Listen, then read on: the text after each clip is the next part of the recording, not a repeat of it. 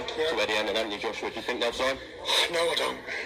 I think they're both a pack of shit houses, and if it's not done by Monday, we'll be moving on. I'm not extending it anymore till Tuesday.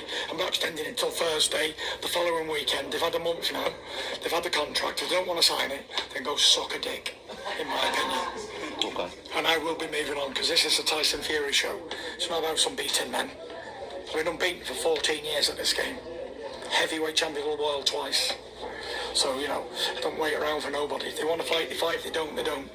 I was surprised when you offered 60-40. Why did you give him 40%? I just wanted the fight to happen, This fight's been talked about being happened for the last 5 years, and it hasn't happened, so, I didn't want to give him any excuses not to take it, but they'll always find some excuses. It's called ego.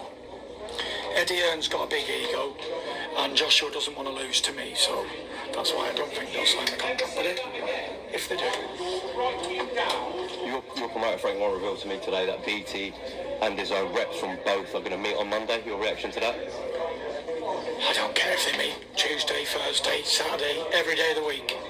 They'll try and find a way out of this fight. Quickly, those are the words of Tyson the Gypsy King Fury, as he calls Eddie Hearn and Anthony Joshua both a bunch of shithouses. And if the contract is not signed by Monday, he's moving on. He will be fighting someone else. He's tired of waiting. He's tired of all the backwards and forwards. He wanted the fight to happen by offering 40% of the purse. And he thinks the ego of Eddie Hearn won't allow this fight to happen. Let me counterpunch. I think Tyson Fury's a fighter. I think he's a great promotional. He's a great self-promoter. But I think at the end of the day, he needs to shut up. I mean, at this point, not as far as selling the fight, but he can talk all day long until he's blue in the face. But I mean, in terms of shutting up, meaning like, hey, listen, let your promoter do their job. Let your management team manage to get this fight done for you. Him saying, hey, I'm going to move on, that's not very promising. He doesn't think it's very promising because maybe in Tyson Fury's head already, he's probably gotten a mindset to already move on. You know how you already have a mindset to do something else? So then you start, of course, based on how you think, you're already starting to talk and express the way you've already made up your mind mentally to do. That's what I feel Tyson Fury's done. And if you end up fighting Manuel Char, we already know you made your mind up before the deadline was even wanting. So I would say this. I know on both sides it is a lot of ego. And Eddie Hearn ain't the only one with ego here. Joshua ain't either. Okay? That's also an ego of Tyson Fury and Fury's side. Because Tyson and Team Fury want to know and want it to be known that they are the dominant A side. For them waiting on Anthony Joshua is like them having to deal with someone that also has a power or a pony in the show. But nonetheless, they do. It's a hard pill to swallow for Tyson Fury. But Team Joshua has other obligations. And Tyson Fury saying that, hey, you know what? I don't care if they meet Thursday, Friday, or whatever. Well, if that's the case, well, why are they meeting at all if you're already making your mind up Monday? You don't care. You need to find out what that happens, and he needs to know why they're not signing the contract. That's the business thing to do. Okay. The business thing to do would be, let me see why they're not signing the contract, and we can take it from there. Not calling them a bunch of shit houses and they don't want to fight. They're going to call their way out. But then again, that's how a fighter probably thinks. So you can't really get mad at Tyson Fury because Tyson Fury is only a fighter. He's not even really talked business with the specifics of what's going on.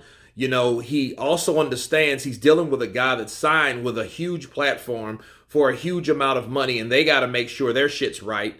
Then he has to understand that networks matter. It's not going to just be a fucking BT show like they did with Dillian White and a purse bid. It's not going to be that way. This is a much, much, much bigger fight than Dillian White. Bars. So Tyson Fury needs to understand that, and I think he knows that, and I think that reality irks him. I think that really makes him cringe, and he's like, you know what, fuck this. He wants to fight or he don't. I get it. But at the end of the day, we have to see everything at hand. We have to know why. Because there's always a reason for rhyme, and it's more difficult than saying, I want to take the fight or not. The guy's under contract. This is no different, okay? This is a lot better than Deontay Wilder offering Anthony Joshua $50 million. Take it or live it. This is the date, and you got 24 hours, and we ain't gonna send a contract. You're just gonna say yes and agree to it, and that's gonna be that type of shit. No, this is much bigger because they know, like Tyson Fury was signed to Sky Sports then, he's signed to the Zone now. He left Sky Sports to go to the Zone for all that damn money, 100 million pounds a year. Who wouldn't do that? No fight is going to be worth that much on a contract because you recognize that you are the brand. You are the person that they're signing, not a person that you fight. And he's getting signed as an ambassador and a spokesman. So it's different than that. Anthony Joshua will be the brand of the Zone. So the Zone is very much invested in this particular fight. And it happens like that. And it happens like that for a particular reason. And you're going to have to deal with those people that pay him because it's life after Tyson Fury and Anthony Joshua, believe it or not. Because we've never seen an Anthony Joshua-Tyson Fury fight. Anthony Joshua's career wasn't built off the strength that he would fight Tyson Fury. It wasn't that way. Okay, that's not what DAZN paid him for. DAZN's paying him for being who he is.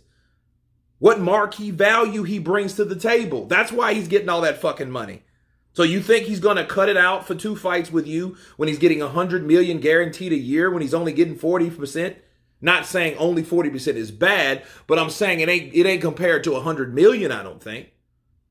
Not a year guaranteed. That's the difference. But I can understand Tyson Fury's frustrations. But I think he needs to wait till Monday to see what's going on with the people that he hired to do their damn job, to see what's going on Anthony Joshua's side and his team. Tell me what you think. Please subscribe. And you guys been Counterpunch. Peace.